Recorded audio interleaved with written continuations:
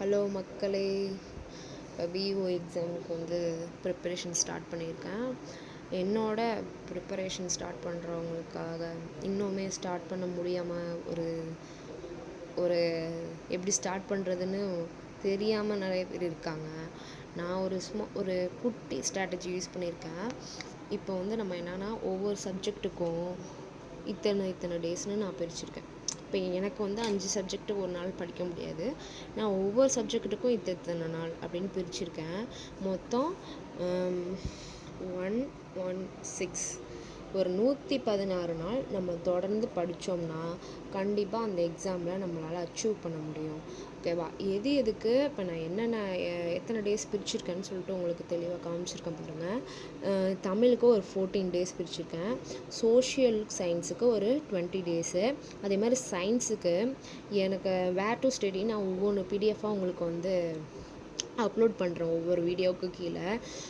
அப்புறம் சயின்ஸுக்கு என்னென்னா ஒரு 24 டேஸ். ஏன்னா அதுக்கு கண்டிப்பாக ஒரு அரௌண்டு ஒரு 120 கிட்டக்க லெசன்ஸ் வருது. அதனால அதுக்கு 24 டேஸ் எடுத்திருக்கேன். இங்கிலீஷ்க்கு ஒரு 20 டேஸ். அது மாதிரி சைக்காலஜிக்கு ஒரு 15 டேஸ். அப்புறம் கரண்ட் அஃபேர்ஸ் நம்ம டெய்லியும் பார்க்கணும். ஓகேவா? கரண்ட் அஃபேர்ஸ்க்கு நீங்கள் ஹிந்து அந்த மாதிரி உள்ள channel, news paper channels follow பண்ணிக்கோங்க. அப்புறம் ஜியோகிராஃபி அதுக்கு ஒரு 62 லெசன்ஸ் வருது. அதுக்கு ஒரு 13 டேஸ். ஓகேவா?